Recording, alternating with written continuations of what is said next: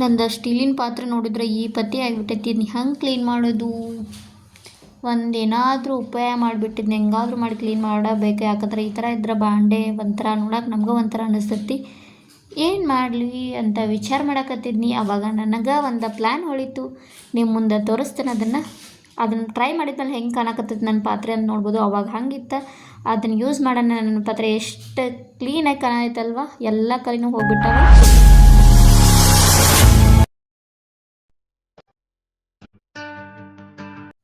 Hi hello ನಮಸ್ಕಾರ, welcome back to my YouTube channel Divya vlogs. ಏನಪ್ಪ ಅಂತಂದ್ರೆ ಇವತ್ತು ನಿಮ್ಮ ಮುಂದೆ ಒಂದು ಟ್ರಿಕ್ಸ್ನ ತೊಗೊಂಡು ಬಂದೇನಿ. ಭಾಳ ಯೂಸ್ ಆಗ್ತೈತಿ. ಎಲ್ಲರೂ ಮನೆಯಾಗೂ ಈ ಥರ ಬಾಂಡೆಗಳು ಆಗೇ ಬಿಟ್ಟಿರ್ತಾವೆ.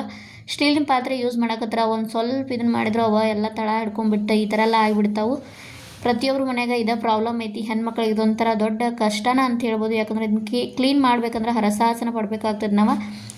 ಅಂಥವ್ರಿಗೆ ನನಗೆ ಓನ್ಲಿ 2 ಟಿಪ್ಸ್ನ ಯೂಸ್ ಮಾಡ್ಕೊಂಡು ಯಾವ ಥರ ಕ್ಲೀನ್ ಮಾಡಬೇಕು ಅನ್ನೋದನ್ನ ತೋರಿಸ್ಕೊಡಕತ್ತೀನಿ. ನಿಮ್ಮ ಮನೆಗೂ ಹಿಂಗೆಲ್ಲ ಪಾತ್ರೆ ಆಗಿದ್ದರೆ ನೀವೇನು ಮಾಡಿರಿ, ಜಸ್ಟ್ ಸ್ವಲ್ಪ ಪಿತಾಂಬ್ರ ಆಮೇಲೆ ಲಿಂಬು ತೊಗೊಂಡು ಏನು ಮಾಡಿರಿ, ಈ ಥರ ಪಿತಾಂಬ್ರ ತೊಗೊಂಡು ಸ್ವಲ್ಪ ಪಾತ್ರೆನ ಒದ್ದೆ ಮಾಡಿಬಿಟ್ಟಂದ್ರೆ ನೀರೊಳಗೆ ಹಾಕಿ ತೊಳೆದ್ಬಿಡ್ರಿ ಹಂಗೆ. ಆಮೇಲೆ ಪಿತಾಂಬ್ರಿಂದ ಅದಕ್ಕೆಲ್ಲ ನಾವು ಬಾಂಡೆ ಹೆಂಗೆ ತಿಕ್ತಲ್ಲ ಅದೇ ಥರ ಅಪ್ಲೈ ಮಾಡ್ಕೋತ ಹೋಗ್ಬಿಡ್ಬೇಕಾಗ್ತೈತಿ. ನೀವು ನೋಡ್ಬೋದು ಇಲ್ಲಿ ನಾನು ಯಾವ ಥರ ಹಚ್ಚತ್ತೇನೆ ಅಂಥೇಳಿ. ಲಿಂಬುವಿಂದ ಪಿತಾಂಬ್ರ, ಲಿಂಬು ಓನ್ಲಿ 2 ಐಟಮ್ಸ್ನ ನಾವು ಯೂಸ್ ಮಾಡಿ ನಮ್ಮ ಪಾತ್ರೆನ ಲಕ್ಕ ಹೊಳಿಬೇಕು. ಆ ಥರ ನಾನು ಮಾಡಿ ತೋರ್ಸಕತ್ತೇನೆ ನಿಮ್ಮ ಮುಂದೆ. ಇದು ನನ್ನ ಮನೆಯಾಗೂ ಪಾತ್ರೆ ಆಗಿತ್ತು. ನಾನು ಹಂಗೆ ವಿಚಾರ ಮಾಡ್ದೆ. ಫಸ್ಟ್ ನಾನು ಇನೋ ಮತ್ತು ಲಿಂಬು ಸ್ವಲ್ಪ ಸಾಬೂನು ಪುಡಿ ಹಾಕಿ ನೀರಲ್ಲಿ ಕುದಿಸೋನು ಟ್ರೈ ಮಾಡಿ, ಬಟ್ ಹೋಗಲಿಲ್ಲ. ಅವಾಗ ಅದು ಹೋಗಿದಾಗ ನಾನು ಮತ್ತೆ ಈ ಟ್ರಿಕ್ಸ್ನ ಯೂಸ್ ಮಾಡಿ ಇದಕ್ಕೆ ನನಗೆ ವರ್ಕೌಟ್ ಆಯಿತಾ. ಅದರ ಸಂಬಂಧ ನಿಮ್ಮ ಮುಂದೆ ಶೇರ್ ಮಾಡಕತ್ತಾನೆ. ಪ್ರತಿಯೊಬ್ಬರು ಹೆಣ್ಮಕ್ಳಿಗೆ ಇದೊಂದು ದೊಡ್ಡ ತ್ರಾಸ ಆಗಿಬಿಟ್ಟಿರ್ತೈತಿ. ಬೇಕಾದ್ರೆ ನೀವು ಟ್ರೈ ಮಾಡಿರಿ, 100% ಈ ಥರ ರಿಸಲ್ಟ್ ಬಂದೇ ಬರ್ತೈತಿ. ನಾನು ಯಾವುದೂ ಫೇಕ್ ಇನ್ಫಾರ್ಮೇಷನ್ ಕೊಡೋಂಗಿಲ್ಲ. ನನಗೆ ಯೂಸ್ ಆಗಿ ನಾನು ಯೂಸ್ ಮಾಡಿದ್ಮೇಲೆ ನಾನು ನಿಮಗೆ ಟ್ರಿಕ್ಸ್ಗಳನ್ನ ಹೇಳ್ಕೊಡ್ತೇನೆ. ಹಂಗೆ ಪಾಲ್ತು ಎಲ್ಲ ಕೊಡೋಕೆ ನಂಗೆ ಇಷ್ಟನೂ ಹೋಗಂಗಿಲ್ಲ. ಯಾಕಂದ್ರೆ ಯೂಸ್ ಆಗದೆ ಇರೋದನ್ನ ಕೊಟ್ಟ ಜನರಿಗೆ ಸುಮ್ಮನೆ ನಾವು ಮೋಸ ಮಾಡಿದಂಗೆ ಆಗ್ತೈತಿ. ಅದಕ್ಕೆ ನಾನು ಅಂಥದ್ದೇನು ಕೊಡತ್ತಿಲ್ಲ. ನಾನು ಯೂಸ್ ಮಾಡಿದ್ಕೆ ನಾನು ನಿಮ್ಗೆ ತೋರ್ಸತ್ತೇನೆ. ನನ್ನ ಪಾತ್ರೆ ಮೊದಲು ಹೆಂಗಿತ್ತು, ಈಗ ಹೆಂಗೆ ಆಕೈತಿ ಎಲ್ಲನೂ ತೋರ್ಸತ್ತೇನೆ. ನಾವು ಒಂದಷ್ಟು ತೋರಿಸ್ತಾರೆ ಇನೋ ಮತ್ತು ಲಿಂಬು ಹಾಕಿ ನಾನು ಟ್ರೈ ಮಾಡಿದ್ನಿ, ಬಟ್ ಹೋಗಲಿಲ್ಲ. ಅದಕ್ಕೆ ನಾನು ಈ ಥರ ಟ್ರೈ ಮಾಡಕತ್ತೇನೆ. ಆದ್ರೆ 100% ಇದು ವರ್ಕೌಟ್ ಆಗೇ ಆಗ್ತೈತಿ. ಬೇಕಾದ್ರೆ ಟ್ರೈ ಮಾಡಿ ನೋಡಿರಿ. ನಿಮಗೇನಾದರೂ ಇದೇ ಥರ ಟ್ರಿಕ್ಸ್ ಆಯಿತು, ಕಪಲ್ಸ್ ವ್ಲಾಗ್ಸ್ ಆಯಿತು, ಅಥವಾ ಕಪಲ್ಸ್ ಚಾಲೆಂಜ್ ಆಯಿತು, ಯಾವುದೇ ಥರ ವಿಡಿಯೋ ಇರಲಿ, ಏನಾದರೂ ನಿಮ್ಮ ಕಡೆ ಡೌಟ್ಸ್ ಇದ್ದರೆ ನಂಗೆ ಕಮೆಂಟ್ ಬಾಕ್ಸ್ ಒಳಗೆ ನೀವು ತಿಳಿಸ್ಬೋದು. ನನ್ನ ಬಗ್ಗೆ ಏನಾದರೂ ನಿಮ್ಗೆ ಇನ್ಫಾರ್ಮೇಷನ್ ಬೇಕಿದ್ದರೂ ನಂಗೆ ಕಮೆಂಟ್ ಒಳಗೆ ತಿಳಿಸ್ರಿ. ಅದರದ್ದೆಲ್ಲ ಇನ್ಫಾರ್ಮೇಷನ್ನ ನಾನು ನಿಮ್ಗೆ ಕೊಡ್ತೇನೆ.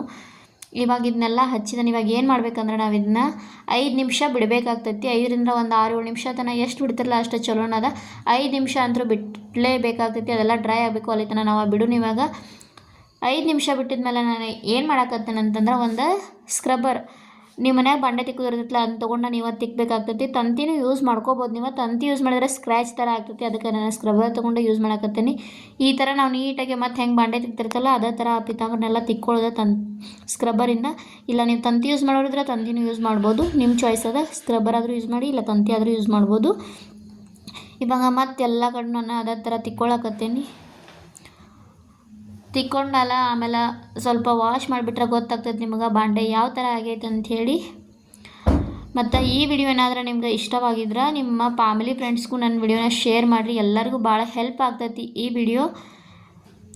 ಮತ್ತು ಹಾಗೆ ನನ್ನ ಚಾನಲನ್ನು ಇನ್ನೂ ಯಾರೆಲ್ಲ ಸಬ್ಸ್ಕ್ರೈಬ್ ಮಾಡ್ಕೊಂಡಿರಲಿಲ್ಲ ಅಂದರೆ ದಯವಿಟ್ಟು ನನ್ನ ಚಾನಲನ್ನು ಸಬ್ಸ್ಕ್ರೈಬ್ ಮಾಡ್ಕೊಂಡು ಬೆಲ್ ಐಕನ್ ಆಲ್ ಅಂತ ಸೆಲೆಕ್ಟ್ ಮಾಡ್ಕೊರಿ.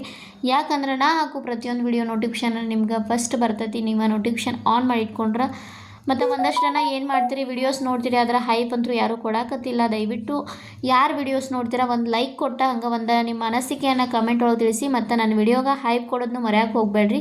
ನೀವು ಹೈಪ್ ಕೊಡೋದ್ರಿಂದ ನಮಗೂ ಸ್ವಲ್ಪ ಯೂಸ್ ಆಗ್ತೈತಿ.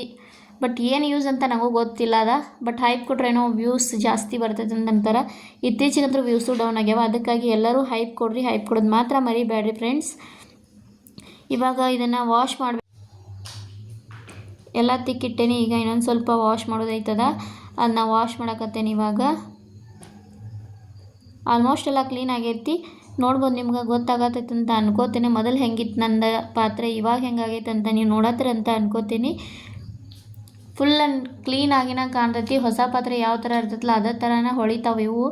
ನೀವು ಒಂದ್ಸಲ ಟ್ರೈ ಮಾಡಿರಿ. ಪಿತಾಂಬರನ ದೇವರ ಪೂಜೆ ಸಾಮಾನುಗಳು ತೊಳೆಯೋಕೆ ಅಷ್ಟೇ ನಾವು ಯೂಸ್ ಮಾಡ್ತೀವಿ. ಆದರೆ ಸ್ಟೀಲಿನ ಪಾತ್ರೆಗೆ ಯಾವಾಗ ಯೂಸ್ ಮಾಡಿರಂಗಿಲ್ಲ. ಬಟ್ ಈ ಟ್ರಿಕ್ಸ್ ಪ್ರಕಾರ ನಿಮ್ಮ ಮನೆಗೂ ಈ ಥರ ಪಾತ್ರೆ ಆಗಿದ್ರೆ ನೀವು ಪಿತಾಂಬರ ಮತ್ತು ಲಿಂಬು ಯೂಸ್ ಮಾಡಿ ಟ್ರೈ ಮಾಡಿ ನೋಡಿರಿ. 100% ವರ್ಕೌಟ್ ಆಗೇ ಆಗ್ತೈತಿ. ನೀವು ನೋಡ್ಬೋದು ಎಷ್ಟು ಚಂದ ಕ್ಲೀನ್ ಆಗೈತಿ, ಎಷ್ಟು ಚಂದ ಹೊಳ್ಯಾತೈತಿ ಅಂತೇಳಿ.